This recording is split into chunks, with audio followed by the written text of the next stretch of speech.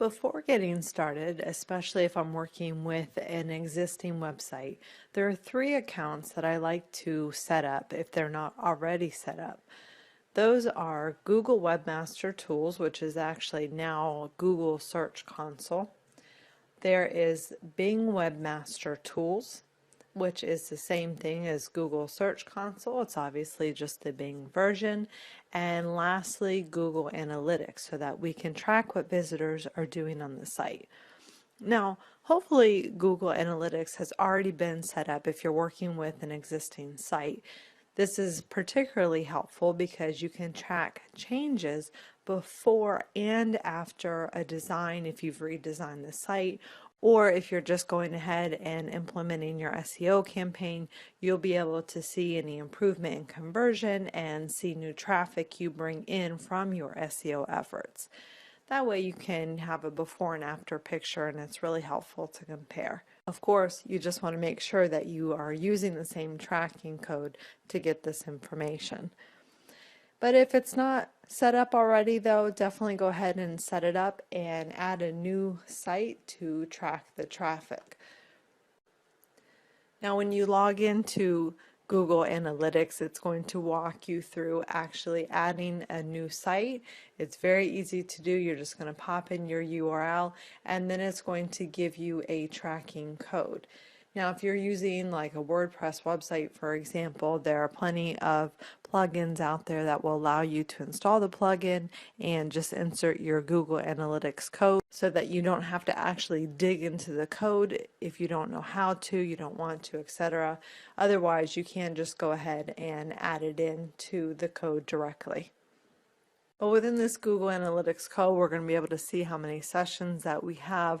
We're going to be able to see how long visitors are actually staying on our site, what our bounce rate is so that we know if we need to adjust that, if we are not converting visitors as well, they're not getting the message right away. Also, we can see what pages that they're actually looking at, what keywords they're using to find our site. So this is a lot of helpful information in this analytics program. There are some others. If you want to use other analytics programs, that's absolutely fine. Google Analytics is just free and it's easy to implement.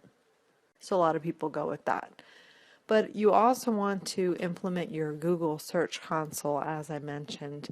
This is going to show you how Google actually sees your website, and it's going to alert you to any problems that your site may have now or that it will have in the future if anything happens.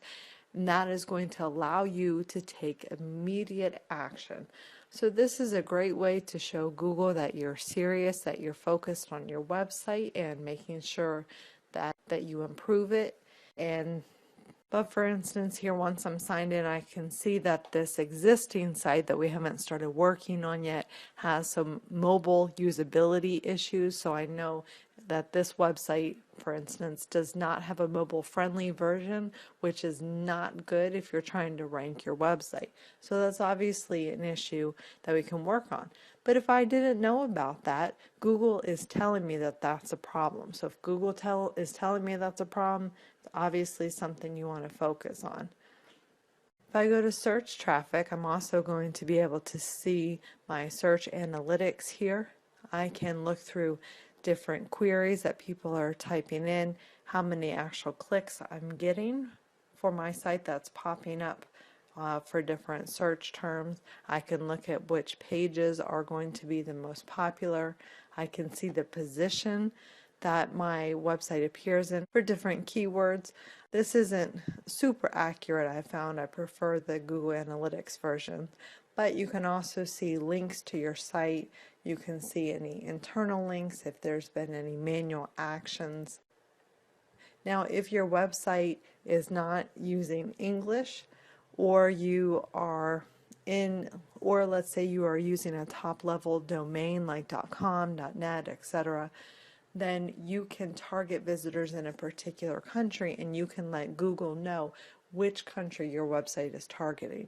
If you are using a country-specific domain, then you don't need to do that as well. But this is just where you can really communicate with Google here. Again, if you're having any mobile issues, it's going to alert you to that here. Is your website actually being indexed? I have 6 pages on the site and 6 of them are indexed, so I know that's good. But this is going to help me know whether or not Google has already seen my website. It's going to tell me what keywords that Google finds within my content. So as you can see, under crawl, it's also going to let me know if there's any errors going on. I can submit a sitemap. So there's a lot that you can do to communicate directly with Google in the Search Console. So there is going to be some overlap between the Google Search Console and Google Analytics, but really it's best to go ahead and implement both because they're going to work very nicely hand in hand. But once you set up your account, you're going to need to sign in, add the property, and then verify it. It's going to give you a few ways to verify your website, and you want to pick one of those that's easiest for you and do that so you can get all of the data. Now you're going to want to make sure you also go into your settings and go to Search Console Preferences. And here you're going to want to make sure that you enable email notification. That way, if Google crawls your site and they discover malware or they discover a mobile usability issue like this site or any other issue that they see with ranking your website, that they can instantly send you an email. You can let them know what issues you want to know about, and you can then select the email address you'd like to go to and click save. That way you don't have to worry about logging in all the time to your account. You'll be notified via email. Now what we'll do is once our new website is up, then we can go ahead and upload a new sitemap to let Google know that they can go ahead and crawl the new site. So we'll be visiting this again a little bit later as well.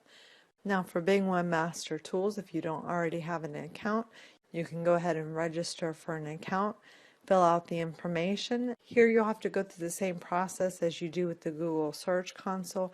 You enter all your account information, you're going to enter your website, and it's going to give you a few options for verifying your website as well.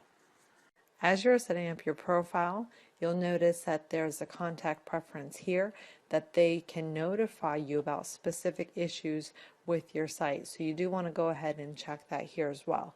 If you already have your account set up, you want to make sure that this is enabled in your settings as well.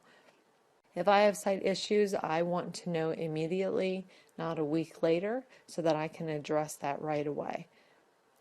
And it's going to let me know if there's any issues with crawl errors, sitemaps, index issues, malware. For me, it doesn't matter what the problem is. I want to know about it right away so I can take action. Now this gives me a few options to verify the site. I can place a particular file here that I can actually just download this and upload this to the server. I can copy and paste this code into my meta tag, or I can add a CNAME record to DNS. Usually I just like to add the file, makes it quick and easy, and then I'm ready to go. So I paused this video, I went ahead and uploaded the XML file. Now I'm going to click verify. So now I am at my dashboard. This is where I'm going to be able to upload my sitemap, as we'll do later on. I can see the search keywords that are coming up in Google. If I'm focusing on a particular country, I can do that here as well. Under reports and data, one neat thing that they have is called SEO reports. And I can go in here, and this is going to give me any SEO suggestions and let me know how urgent these issues are and how I can go about fixing these, what pages they're on, etc. So since this is a brand new site, Bing has to go ahead and scan the site before they're going to be able to give this information. But if I just give this a little bit of time, I can come back and see what issues Bing sees with my website, so I make sure that I can correct those right away. And here I'll be able to see my search keywords as well. Under diagnostics and tools, there is also an SEO analyzer where I can go ahead and enter a URL, whether that's my home page or one of my service pages, for example, and it's going to let me know if my particular page is up to date with the best SEO practices. This is something that's kind of neat about Bing Webmaster Tools. It gives us a little more insight into what we can do. But again, just make sure that you go ahead and you set up your Google Analytics, Google Search Console, and your Bing Webmaster Tools, so you make sure you are getting up-to-date information from the search engines themselves on how they view your website.